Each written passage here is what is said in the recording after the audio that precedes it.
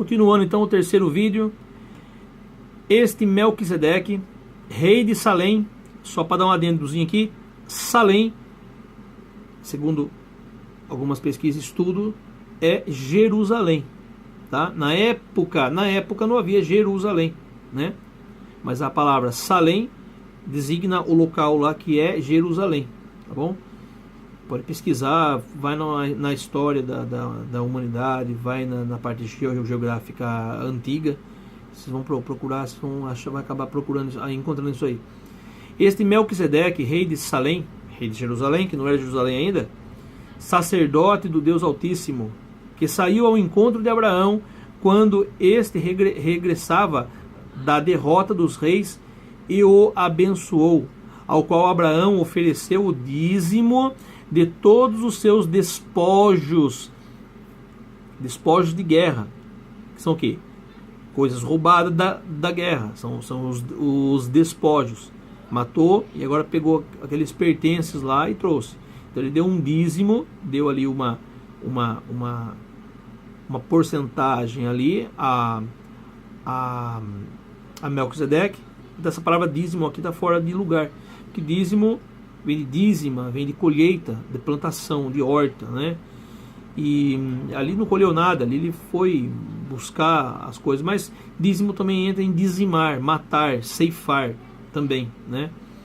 Então ofereceu o dízimo, estranho, de todos os seus despojos, e conforme seu nome indica, primeiramente rei de justiça, e depois rei de Salém, isto é, rei de paz.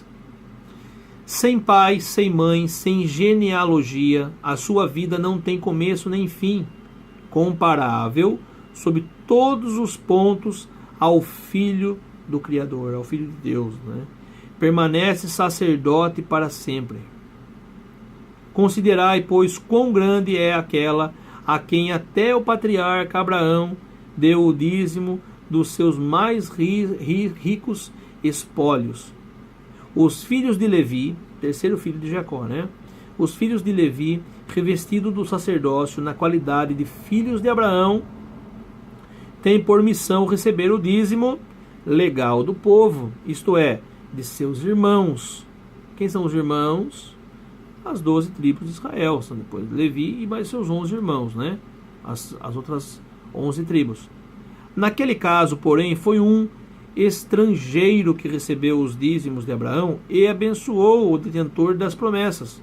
Ora, é indiscutível, é o inferior que recebe a bênção do que é superior. Demais, aqui os levitas que recebem os dízimos são homens mortais. Lá, porém, se trata de alguém do qual é atestado que vive. Por fim, por assim dizer, também Levi, que recebe os dízimos, pagou-os na pessoa de Abraão, pois ele já estava em germe no íntimo deste, quando aconteceu o encontro com Melquisedeque. Dá para entender ou não? Parece que ficou confuso aqui, né? Eu entendi, mas eu sei que a primeira vez assim para ler é complicado. É indiscutível, é o inferior, é indiscutível, é o inferior que recebe a bênção do que é superior. O superior abençoa o inferior. Demais, aqui, os levitas que recebem os dízimos, aqui naquele lugar ali na região ali, os que recebem em Hebreus, né, em Hebron, os levitas que recebem os dízimos são homens mortais.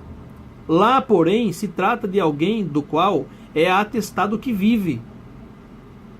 Por fim, por assim dizer, também Levi, que recebe os dízimos, né, a tribo de Levi que recebe os dízimos, pagou-os na pessoa de Abraão. Abraão era o avô dele, né? Seria o avô dele, o bisavô dele já. Né? Ele era avô de Jacó, pai de Isaac, avô de Jacó e bisavô do terceiro filho Levi.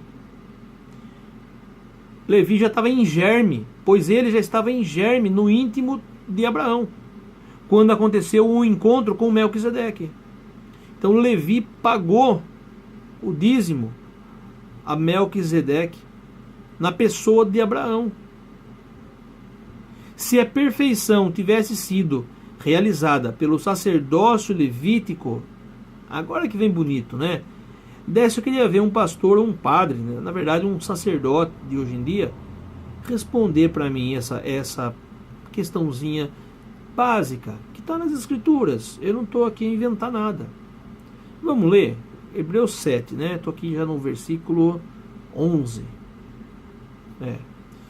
Se a perfeição tivesse sido realizada pelo sacerdócio levítico, porque é sobre este que se funda a legislação dada ao povo, né?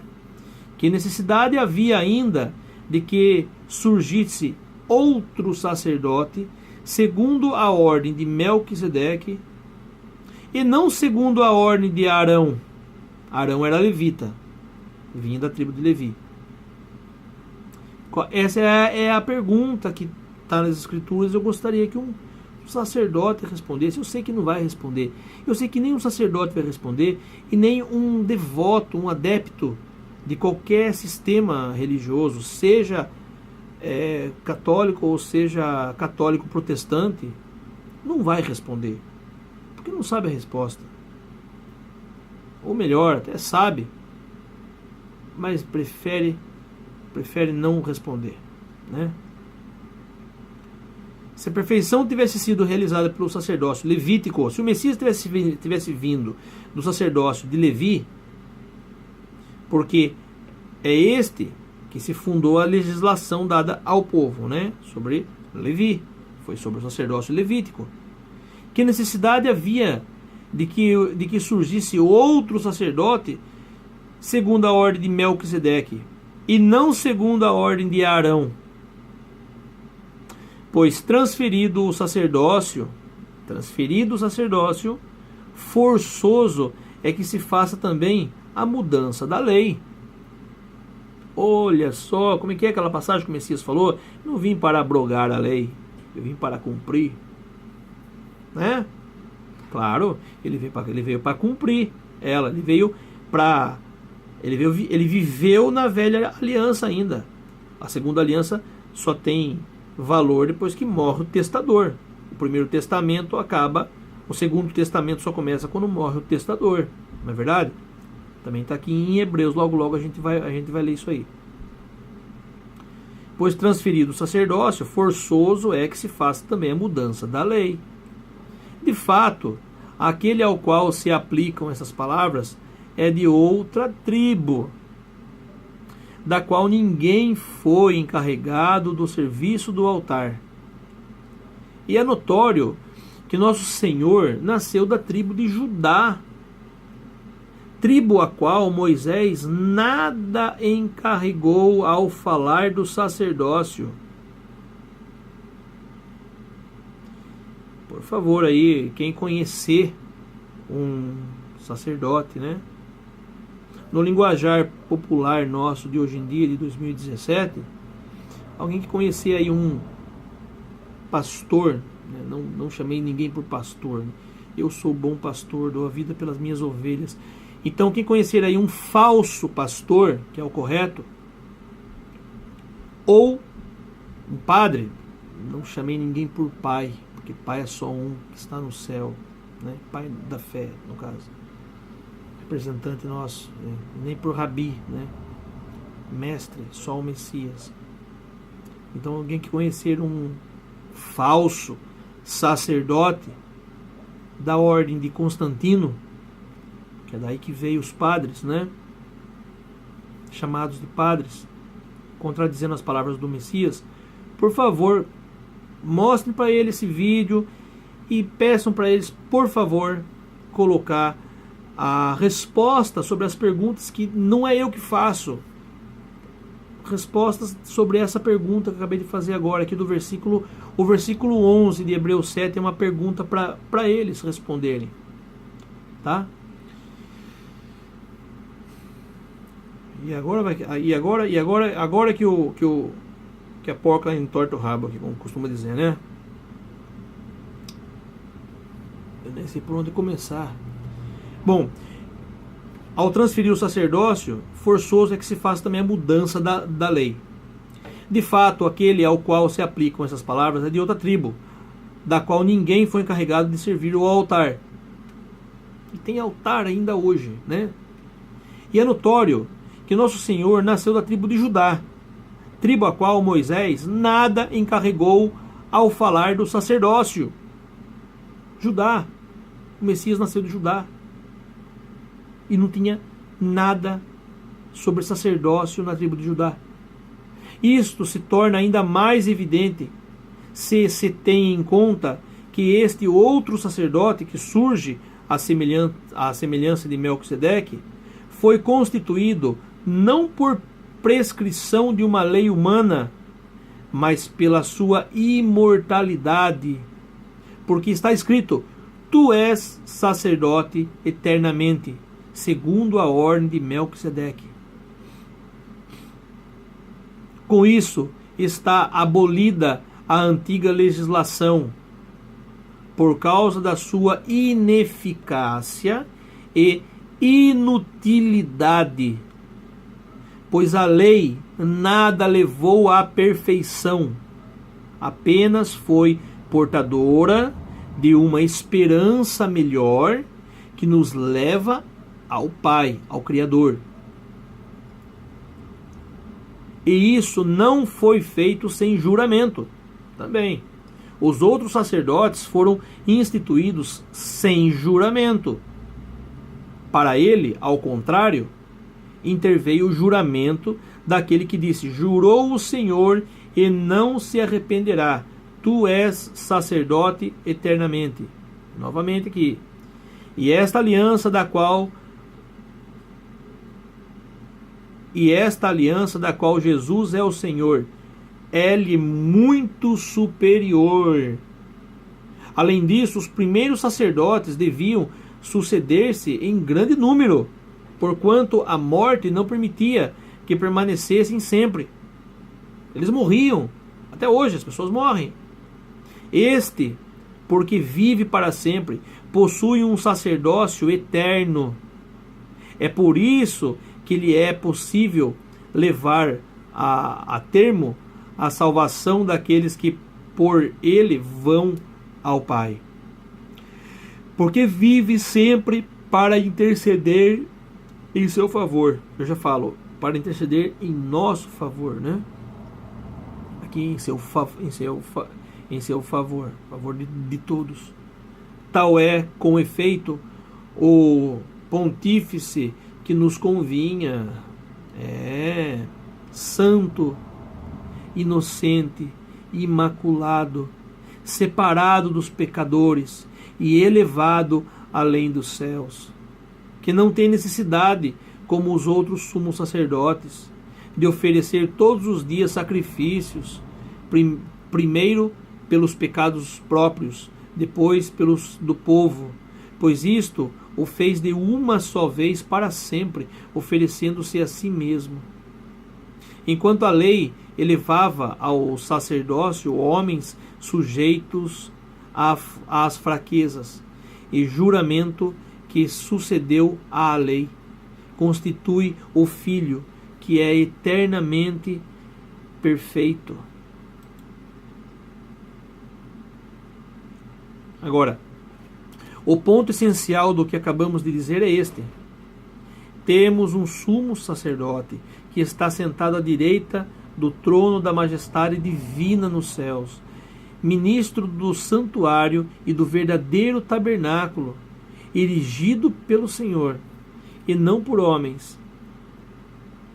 Todo pontífice é constituído para oferecer dons e sacrifícios. Portanto, é necessário que ele tenha algo para oferecer. Por conseguinte, se ele estivesse na terra, nem mesmo sacerdote seria, porque já existem aqui sacerdotes que têm a missão de oferecer os dons prescritos pela lei. O culto que estes celebram é, aliás, apenas a imagem, sombra das realidades celestiais, como foi revelado a Moisés, quando estava para construir o tabernáculo. Olha, foi-lhe dito, faze todas as coisas conforme o modelo que te foi mostrado no monte. Está em Êxodo, no capítulo 25, 40. Ao nosso sumo sacerdote, entretanto, compete ministério tanto mais excelente, quanto ele é mediador de uma aliança mais perfeita, selada por melhores promessas. Porque se a primeira tivesse sido sem defeito, certamente não haveria lugar para outra. Ora, sem dúvida, há uma censura nessas palavras. Eis que virão dias, oráculo do Senhor. Agora é o Pai que vai falar. Eis que virão dias, em que estabelecerei com a casa de Israel e com a casa de Judá uma aliança nova. Não coma a aliança que fiz com os seus pais no dia em que eu os tomei pela mão para tirá-los da terra do Egito. Como eles não permaneceram fiéis ao pacto, eu me desinteressei deles. Oráculo do Senhor, né? Mas esta é a aliança que estabelecerei com a casa de Israel depois daqueles dias.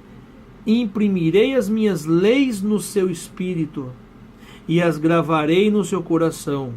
Eu serei seu Deus e eles serão meu povo. Ninguém mais terá que ensinar a seu concidadão, ninguém a seu irmão, dizendo: conheça o Senhor,